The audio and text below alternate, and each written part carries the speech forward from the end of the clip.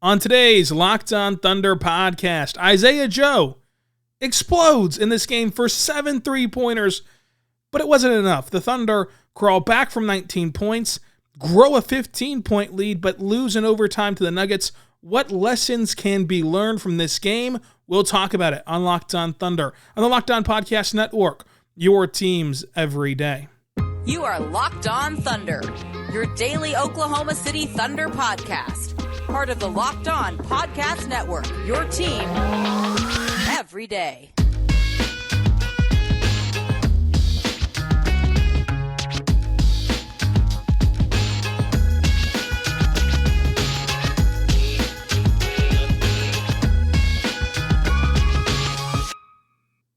Let's get it going on the Locked On Thunder podcast, on the Locked On Podcast Network, your team every day. I'm your host, media member and editor-in-chief over at ThunderousIntentions.com. Rylan Stiles. You can follow me on Twitter at Rylan_Stiles. Follow the show on Twitter at LOThunderPod. Email the show, LOThunderPod@gmail.com. On today's show, brought to you by SweatBlock, we are going to dive into the Oklahoma City Thunder falling in overtime to the short-handed Denver Nuggets. Isaiah Joe has probably the best game of his career, certainly, of course, the best game of his Thunder career, draining 7 3-pointers off the bench. SGA has another 30-point game. Pokusevski continues to impress. And at some point, this is just who Poku is now. Are we at that point yet? We'll talk about that coming up. But today's show is brought to you by SweatBlock. If you or someone you love is experiencing embarrassing sweat, make sure you check out SweatBlock. Save 20% with the promo code LOCKEDON at sweatblock.com. Also available on Amazon. What a game this was. Let's start with our game overview, the way we always do. Thank you so much for making us your first listen every single morning, every single day. We're here for you, talking Thunder basketball. Our schedule will be posted at the end of this podcast. I'll tell you what it is moving forward. Now, in this game, of course, Chet Holmgren's out for the season. Ousmane Dieng is out in this game due to G League assignment. However, he also did not play in the afternoon game against the South Bay Lakers because he has a non-COVID illness. Now, the plan is for him to rejoin the NBA team at some point on Friday. Now, there's not clarification if that is before the game against Salt Lake City or after the game against Salt Lake City. Of course, if he plays in that game against the Stars, the odds of him playing in the Thunder game in the nightcap are not very high. If he doesn't play in that game, obviously, if he gets recalled, he can be available for the Thunder to play actual minutes. But that was a plan that was put in place prior to the injury, the sickness for Ousmane Dieng, which he came down with on Tuesday and missed practice and then missed the game Wednesday. So we'll see how he progresses and see if he is healthy enough to play in either game on Friday. Lindy Waters from Muscala, Jalen Williams out of Arkansas were all out as well. Michael Porter Jr., Bones Highland, Jeff Green, and Jamal Murray out for the Nuggets. So the Nuggets were very short-handed on the second night of back-to-back. On the second night of it, which is on the road after a home road back-to-back, the Thunder start with SGA, Lou Dort, Josh Giddey, Pokusevski, and Jeremiah Robinson-Earl. The 5 biggest minute getters were SGA, Lou Dort, Jalen Williams, Pokusevski, and Jeremiah Robinson-Earl. The biggest thing from this game wasn't necessarily one player. Like we usually hyper-focus on one player in this first biggest storyline. The biggest storyline in this game was simply the game. The Thunder once again start slow. They get down 19 points to a team in the Nuggets who, again, second night of back-to-back, missing a ton of players, and the Thunder are favored to win this game at home after a day off on Tuesday, but they have another slow start. And so I asked Mark after the game, what is it about these slow starts? Because it's obvious. I mean, the talent's there. You're turning it on at some point throughout the game, mostly the third quarter, but in this game, the second and third quarter for the Thunder team. It's in there. You can compete with these teams. It's not as though you're just completely and totally overmatched, but the slow start kind of buries you, or at least makes it harder to come away with a win because you're starting behind the 8 ball so much. And Mark really explained it the best that he could in the sense of the players are aware that they're starting out too slow, that they need to get better at their starts. The Thunder are aware that they need to get better, from the coaching staff to the players to everything. But a lot of that is attributed to the inexperience. Like a lot of that comes with experience of, okay, how do we prepare for these games? How do we get up for these games? How do we have a strong start? And a lot of that is young players playing these teams, like Josh Giddey mentioned, in my opinion. A lot of this is, like Josh Giddey mentioned, how NBA teams are scouting him now and they're game planning for him now, and they're taking things away that they realize about his game now that they didn't realize about his game his rookie season. And so when you get in these games, you have a slow start because you're the one on the kind of reeling end of, okay, I've got to adjust to their adjustments. And I think that kind of plays into it too. And I think that's what Mark might have meant whenever he said, like, it comes with experience. But the big thing that Mark pointed out was, while everyone's aware of the slow starts, he doesn't want to just keep beating it in like, oh my gosh, we've panicked level, so to say. Like, you don't want to keep going and going and going on these slow starts, because at that point it can become a mental thing, according to Mark. And I get that. You don't want this to be an issue that lingers whenever the guys can clearly fight through it and clearly play through it. And at some point you would assume things will just fall into place the proper way to start a game. But OKC, as they have all season long, just randomly turns it on after they get down 19 points. I mean, this game was boring. There's no other way to describe it. It was boring in the start of the contest in the first quarter. Like, nothing was going right for OKC. It just felt like everyone was kind of in a slog, kind of getting ready to go on holiday, right? Kind of at your job, right? I'm sure that, if you went to work Monday, Tuesday, Wednesday, whatever it was, you probably were not as productive as you were last week, or as you'll be next week, whenever you were looking at the calendar and staring down the barrel of holiday a break, even for just a day in Thanksgiving in the Thunder's case. But that's what it felt like in the first quarter. Then the Thunder battle back. Not only do they battle back and tie the game, or even get within striking distance, they do all of that and build a 15-point lead, in which they won the third quarter frame 34-15. They won the second quarter as well to help build this lead and to push it to 15. And then they end up surviving their way to overtime, but just could not get over the hump in overtime. And the Thunder looked like the team who was on the back-to-back, even though they were not. They looked like the more ran-down team in overtime of this contest. To me, this is all encompassing of what I've been saying since the preseason. This team is talented. This team is better than last year. This team is going to compete. This team is going to be fun to watch. This team is going to be fun to see grow and play together and see how many different pieces get into these games. I mean, Mark is playing 10, 13 guys at a time, and each guy you can tell yourself is a legitimate long-term kind of piece for the Thunder and an interesting aspect of what they're building in Oklahoma City. All that being said, though, they're the youngest team in the NBA and the second youngest team in NBA history, only ahead of last year's Thunder team. Young teams typically lose games because they don't know how to win games yet. This is all encompassing. The Thunder lack experience. They don't know how to start fast. The Thunder lack experience. They don't know how to hold on to a lead. The Thunder lack experience. They don't know how to get that third and fourth gear in overtime when you feel like you've exhausted everything. But it's not for a lack of trying. I get that it's frustrating. I get that this loss was a frustrating loss because of who the Thunder had and who the Nuggets didn't have. And they made that great comeback from down 19 points. They built a 15-point lead, then they blew it. I get that that's frustrating.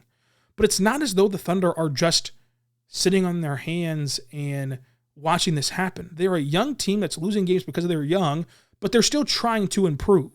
They're still trying to win these games. They brought SGA back earlier than his normal minute rotation. They brought him back at the 7:47 mark instead of around the 5-minute mark because they couldn't survive the non-SGA minutes.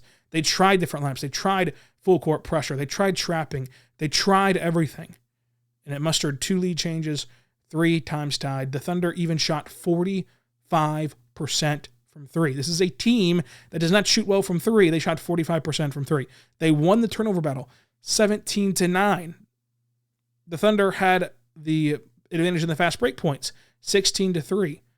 This Thunder team, which does not have that many driving forces offensively, had 6 players in double figures.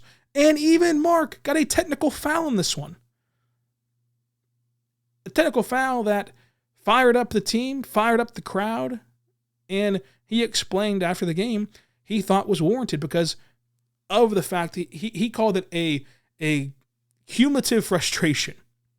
So it wasn't necessarily that Pokusevski foul that he disagreed with, even though he did disagree with the foul. It was the fact that all of it just kind of came to a head at that moment for Mark, where the Thunder lead the NBA in drives.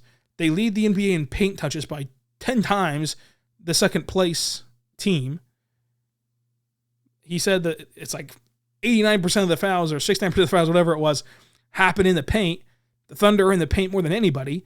And yet the Thunder only have the 28th foul rate out of 30. So obviously that's frustrating for the Thunder, and Mark felt like they weren't getting the freedom of movement calls that they should have gotten. So he got a technical foul, and this is something that does not really happen for Mark and does not really happen for this team, really. But even he got a technical foul, which, again, was cumulative, and I do think maybe there was a part of it that was just kind of to do it to fire the team up. Like, I'm going to fight for you. We haven't been getting the calls all season. It's getting ridiculous now. I've got to fight for it. I've got to show you that this isn't right. I'm going to stick up for my guys.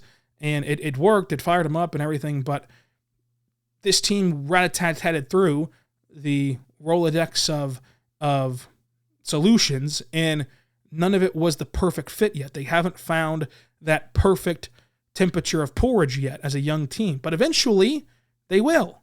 Eventually they'll figure out how to mesh, how to twist the Rubik's Cube in the right way to get the right lineups on the floor, to get the right combination of players together. Eventually that'll happen, and eventually, beyond like adjustments that you can make that you can physically see, right? Eventually things will just be adjusted for the players themselves. They'll just know. They'll know what it takes to win these close games. They'll know what it takes to win in overtime. They'll know what it takes to be prepared for these games, to be able to come out with a good tempo and a good start to a game. So like, this is all kind of a real-time example of what I've been saying all season of, young teams lose. It's not picking on the Thunder. It's not just kind of a buzz phrase. It's true. Young teams need to learn in these environments, and which is great for the Thunder moving forward, because now they've been in these environments a lot just this first 17 games of the season, 18 games of the season. So they're going to continue to be in these environments throughout the rest of the season. And so that's great for the Thunder as well. So we'll talk more about this game. We'll talk SGA. We'll talk Isaiah Joe, of course, all coming up on today's show. But first, I want to say right now about our good friends over at BetOnline, folks. BetOnline is your number one source for pro and amateur sports betting on football, basketball, MMA, boxing, UFC, the FIFA World Cup, if you want to bet on that as well. It's Thanksgiving. There's no NBA on, but there is still a ton of sports, from the fantastic Feast Week tournaments happening in the NCAA basketball to the NFL, which features the Dallas Cowboys as 10-point favorites at home against the New York Giants at 3:30. You can bet on that. You can bet on the Patriots versus Vikings game, and you can even bet on the Lions and Bills line, which the Bills are 9.5-point favorites on the road in Detroit. So go over there right now to BetOnline for the best and fantastic odds with the news and scores that they have for you. BetOnline is where the game starts.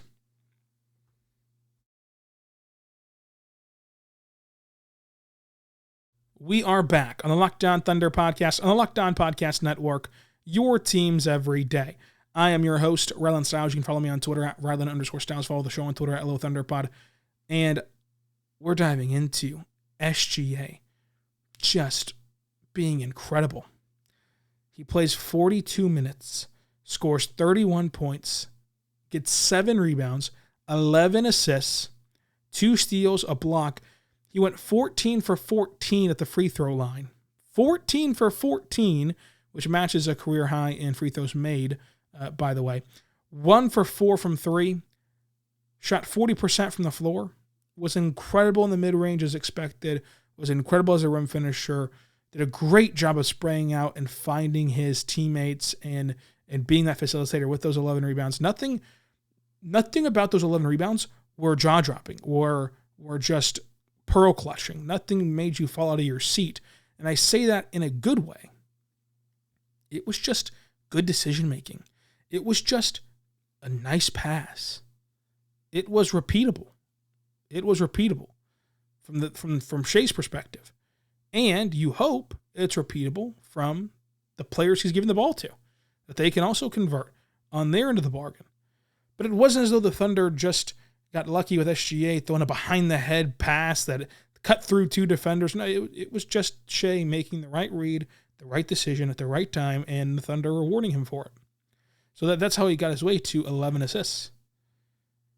And he even had the crossover move of the century, what feels like, dropping the Nuggets and having Poku do a little gallop on the sideline, which was incredible. Mentioned before, he came back earlier than he typically does to close out the fourth quarter. So he played the final 7:47 of the fourth quarter. He played all 5 minutes in overtime. And he boosted his numbers from 27 points to 31 points. That's only a 4-point output for SGA in the fourth quarter in overtime. And I think that that's probably a usage rate thing. I think that's probably just the guy played 42 minutes in a highly competitive NBA game. That's not easy to do, especially with every game being this way for Shai. Like, there's not a game really, besides maybe that Toronto game, you could say, where he is just not asked to do literally everything on the floor and get a break at all. And so I think that the usage rate can play a part in wearing him down, and how hard he had to fight to get the Thunder to that point can weigh into the fact that he only scored 4 points. I think that one of the most impressive possessions, though, and one of the most possessions that you can take the most away from in the future, is that SGA at one point, there's a specific possession I remember where he brings the ball up, top of the key. Isaiah Joe just hit a couple threes. He gives the ball to Isaiah Joe and gets out of Isaiah Joe's way. Folks, SGA, who's playing at an MVP level, who's averaging 30 points, who's on pace to score over 30 points in this game, did score 31 points in this game. The hot hand was Isaiah Joe. SGA gave the ball to Isaiah Joe and let him work. Now, it didn't end in some incredible bucket or anything like that. However, I point this possession out to say this is good long-term for who SGA is. We've seen him make the drive and kicks and make the right decision when spraying the ball out from the paint. We've seen him do that throughout his whole career, and it's gotten better this year even. But the deferring to Isaiah Joe, even for just one possession, to me shows you should not worry about labels and stardom and who's going to get what final shot. SGA, I think, is just a really good basketball player and a really smart basketball player. If Chet Holmgren next year has 4 straight possessions where he gets 4 straight threes, SGA is not going to say, okay, it's my turn. No, keep going to Chet Holmgren.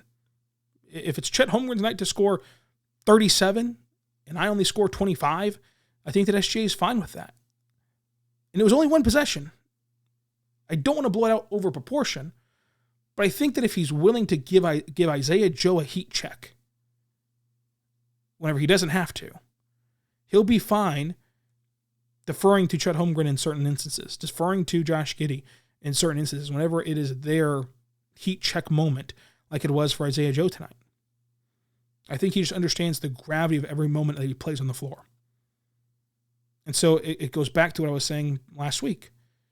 Yeah, he's spraying out to guys right now who are struggling to shoot the ball in some instances, but eventually those will be guys that can knock down the 3 ball. And so it's good that he's having the right process and getting to the right process, even if the result doesn't have that instant gratification. Deferring to Isaiah Joe for one possession was the right process. He gave it to the guy who had the hot hand to see if he can continue that streak. There's only one possession. He still took over the game. And he still did a great job of balancing, doing the balancing act of getting his teammates involved, plus getting his and being the engine that could for this offense. But I think that possession might speak wonders to what the Thunder fan base can expect from SGA moving forward. We're going to move forward talking about Isaiah Joe and Aleksej Pokusevski all coming up. Plus, let's talk some J-Dub as well. But first, I want to say right now, my good friends over at SweatBlock. Folks, SweatBlock is incredible. It is what you need if you are experiencing that embarrassed sweating or embarrassing odor. Folks, everyone knows someone or has a personal experience with a sweater where you're just sweating, whether it's a forehead sweater, armpit sweater, back sweater, whatever it is. Everyone knows someone who just sweats profusely. What SweatBlock does is they do a great job of giving you tools to limit the sweating, cancel it out, and allow you to live your life more comfortably and confidently. And so if you need that confidence back in your life with stopping the sweating for a big presentation or a big date or a gathering, make sure you check out SweatBlock. You can go right now to SweatBlock, use code LOCKEDON for 20% off. You can also get SweatBlock at Amazon, so check it out today. That is SweatBlock.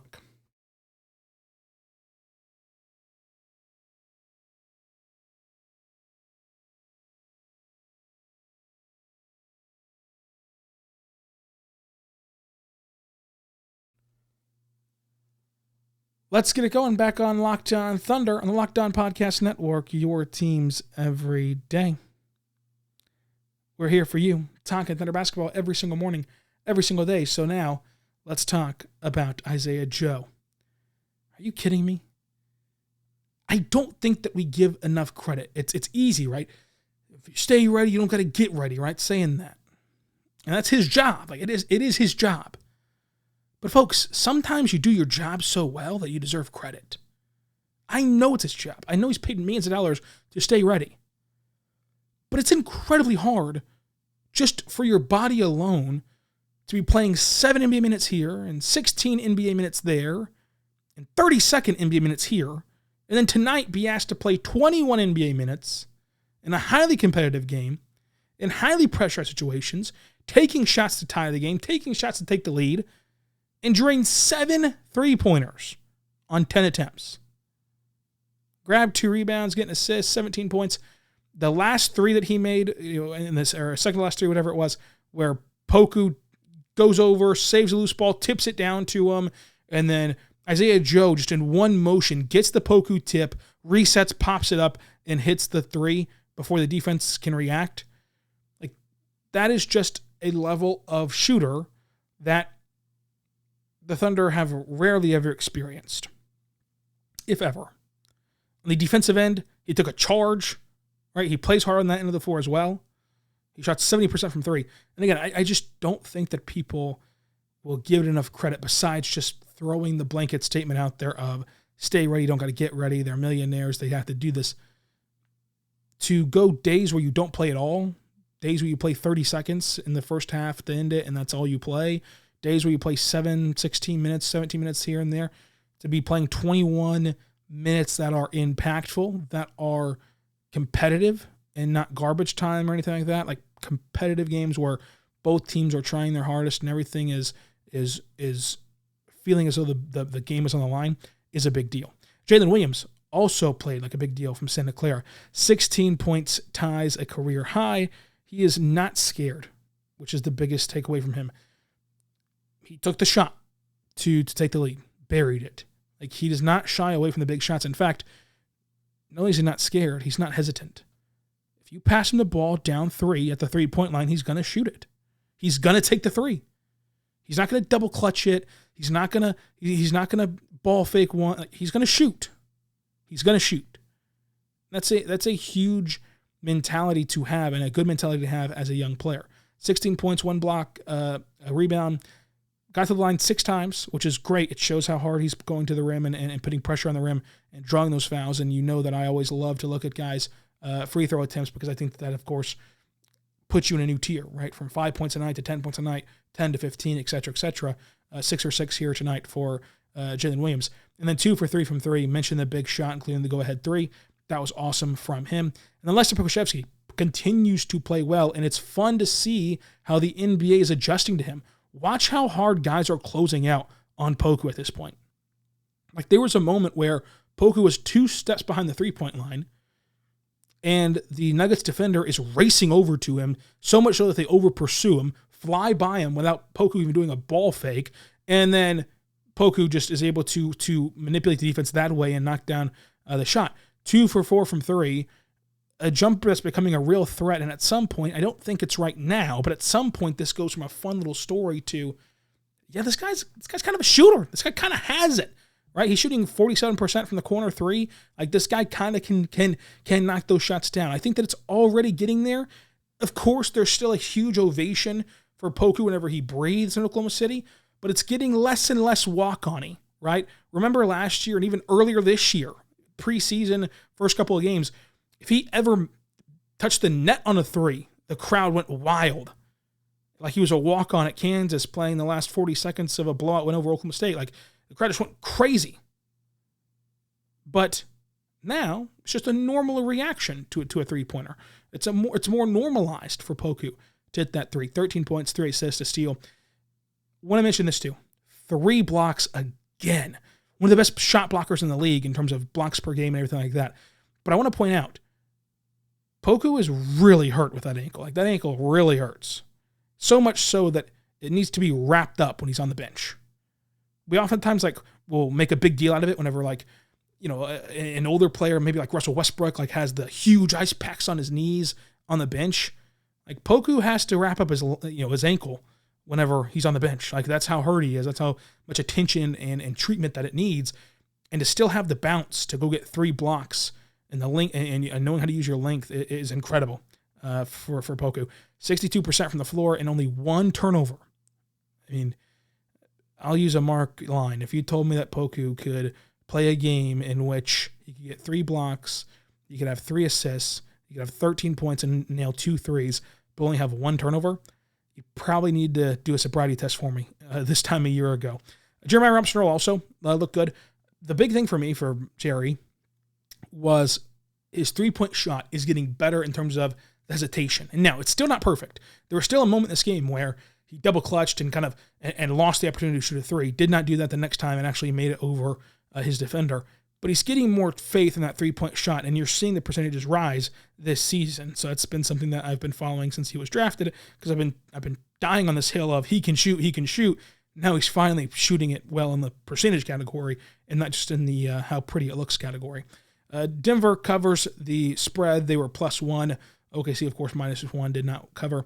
MVP of this game, Isaiah Joe. I mean, I'm so impressed with how Isaiah Joe played. I'll give him the MVP. Now, what do you need to know about Locked On Thunder moving forward? Thursday will be a special Thanksgiving episode. What are you thankful for the Oklahoma City Thunder? Leave that below here on YouTube and on Twitter at Ryland_Styles. Friday will be a mailbag episode. Saturday will be a recap of the Bulls game. Sunday will be a recap of the Rockets game. And then we're going to get back into the Monday through Friday flow. So make sure that you subscribe wherever you get your podcast from, including on YouTube. And until tomorrow, be good and be good to one another.